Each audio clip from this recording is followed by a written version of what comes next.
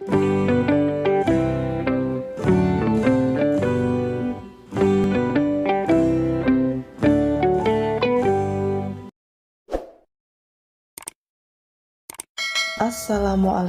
warahmatullahi wabarakatuh. Anak-anak, hari ini Ibu akan memaparkan materi informatika tentang bab kolaborasi dalam masyarakat digital. Mari simak baik-baik ya.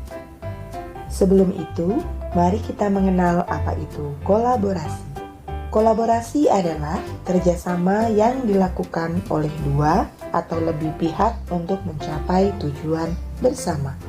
Sebagai contoh, ketika Andi ingin sekali membeli kaos dari toko langganannya, kemudian ia memesannya secara online melalui aplikasi Shopee, itu berarti telah terjadi kolaborasi di antara 1. Andi sebagai pembeli, 2.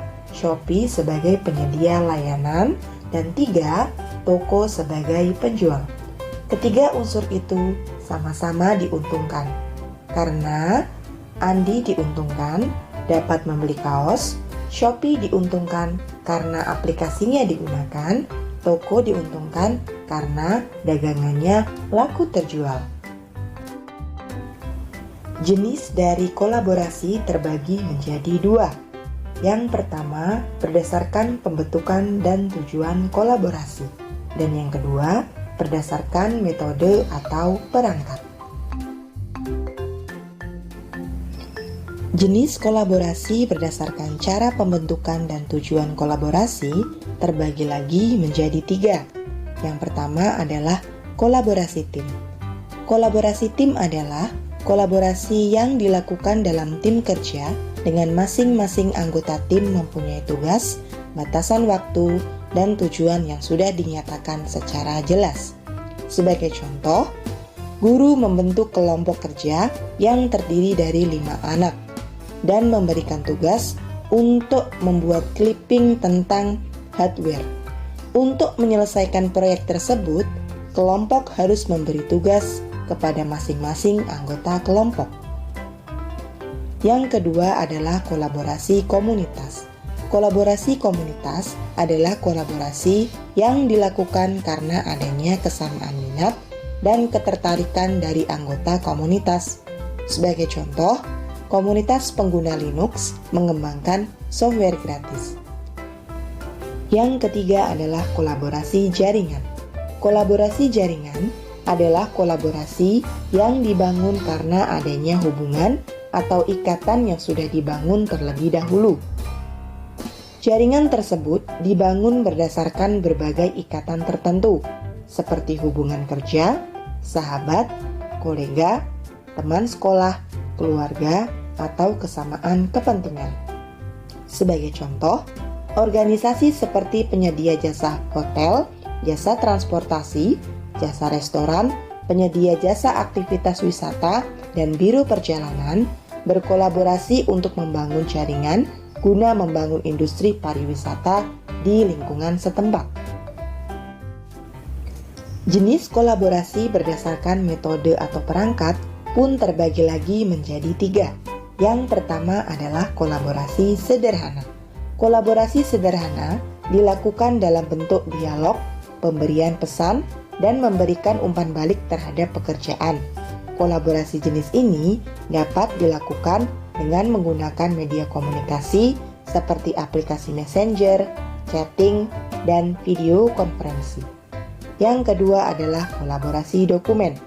Kolaborasi dokumen adalah kolaborasi yang dilakukan untuk menghasilkan dokumen yang menjadi hasil dari kerjasama yang dilakukan. Sebagai contoh, kamu bekerja secara kelompok untuk menyelesaikan laporan praktikum komputer. Pada kolaborasi jenis ini akan dibutuhkan sharing dokumen antara sesama anggota kelompok. Yang ketiga adalah kolaborasi struktur. Kolaborasi terstruktur mempunyai prosedur, aturan, dan batasan yang harus diperhatikan oleh pihak-pihak yang terlibat.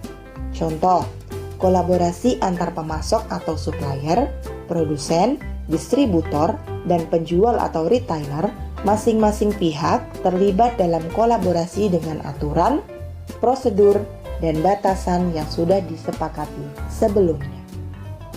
Selanjutnya, mari kita mengenal teknologi pendukung kolaborasi. Beberapa teknologi yang tersedia untuk mendukung keperluan kolaborasi di era teknologi saat ini banyak menggunakan perangkat lunak atau disebut juga dengan platform.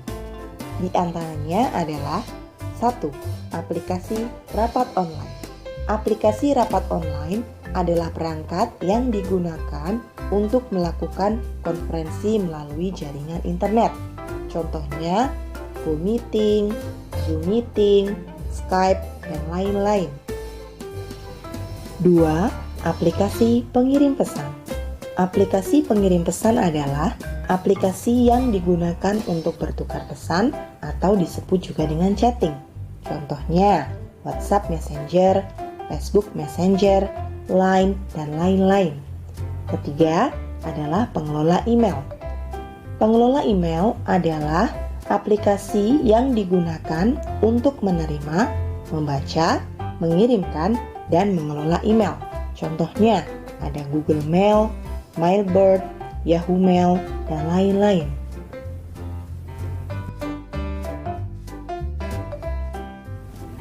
Yang keempat adalah perangkat lunak untuk desain. Adalah perangkat untuk memudahkan pengerjaan proyek desain yang bersifat kolaborasi. Kita memerlukan perangkat lunak yang dapat mengakomodasi kolaborasi kerja. Contohnya, Logo Maker, Mural, InVision, dan lain-lain. Selanjutnya, ada perangkat lunak dokumen. Perangkat ini dapat digunakan untuk membuat dokumen dengan cara berkolaborasi. Contohnya, Google Docs, Office Online, Zoho, dan lain-lain. Kemudian ada juga berbagi file.